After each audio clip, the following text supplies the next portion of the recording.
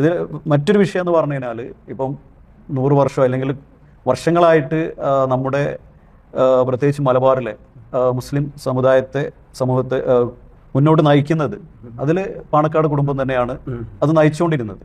അപ്പോൾ പാണക്കാട് കുടുംബം, സമസ്ത ഇതൊക്കെ ഒന്നാണെങ്കിൽ കൂടിയിട്ട് ഇതിൽ പാണക്കാടിൽ നിന്ന് എന്താണോ തീരുമാനിക്കുന്നത്, പാണക്കാട് ഇപ്പോൾ ഹൈദൽ തങ്ങളുടെ കാലത്ത് ഹൈദൽ തങ്ങൾ എന്താണോ പറയുന്നത്, അങ്ങനെ ഒരു ബന്ധമുണ്ട്. കാരണം പാണക്കാട് നിന്ന് എന്താണോ പറയുന്നത് അതെന്ത് കാര്യമാണെങ്കിലും അതിലുറച്ചു നിൽക്കാൻ, ഞാൻ പറഞ്ഞത് അതിലുറച്ചു നിൽക്കുന്ന ഒരു ആളുകളാണ് സമസ്തയാണെങ്കിലും മറ്റുള്ള ആളുകളൊക്കെയാണ്. കാരണം ഇത് എല്ലാത്തിലേക്കും ഒരു ബ്രിഡ്ജ് ഇവിടുന്ന് പോകുന്നുണ്ട്.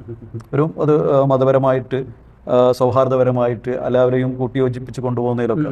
അപ്പം അത്രയും വർഷങ്ങളായിട്ടുള്ള ഒരു രീതിയാണ്. അപ്പം അതുകൊണ്ട് തന്നെ ജനങ്ങൾക്ക് എല്ലാത്തിലും ഉപരി വിശ്വാസവും എല്ലാം ഈ കുടുംബത്തോടാണ്. കാരണം ഇതിന് കുറേ കാരണങ്ങൾ നമുക്ക് മുമ്പിലുണ്ട്. ഇപ്പോൾ സേട്ടു സാഹിബിന്റെ കാലത്തുള്ള സംഭവങ്ങൾ, അതിനു മുമ്പ് മുസ്ലിം ലീഗ് 2ആയി പിളർന്ന സമയത്ത്, അതുപോലെ തന്നെ APEK ഉള്ള, അങ്ങനെ വലിയ വലിയ സംഭവങ്ങൾ നമുക്ക്. അതിന്റെ കാരണം എന്താ വെച്ചാൽ ഞാൻ മനസ്സിലാക്കുന്നത് പാണക്കാട് തങ്ങന്മാരെന്ന് പറഞ്ഞാൽ വളരെ ലളിതമായിട്ടുള്ള ജീവിതവും സംസാര രീതിയും കാര്യങ്ങളും, ആർക്കും ഒരു ആക്സസ് ഉണ്ട്.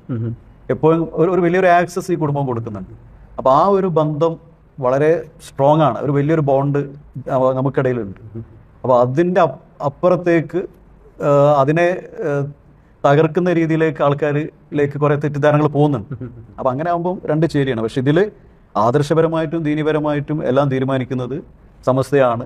അപ്പം അതും ഒക്കെ ഉൾക്കൊള്ളുന്ന ആളുകൾ സ്വാഭാവികമായിട്ടും സമസ്തന്റെ കൂടെ ഉണ്ട്. അതേ സമയത്ത് തന്നെ അതേ ആളുകൾ പാണക്കാട് കുടുംബത്തെയും അവർ കാണുന്നത് എല്ലാത്തിൻ്റെ ഒരു അവസാന വാക്കായിട്ടാണ്. അപ്പം ഇതിൻ്റെ ഇടയിൽ ഒരു സോഷ്യൽ മീഡിയയിലൂടെ ഭയങ്കരമായിട്ട് കത്തിക്കൊണ്ടിരിക്കുന്ന സംഭവമാണ്.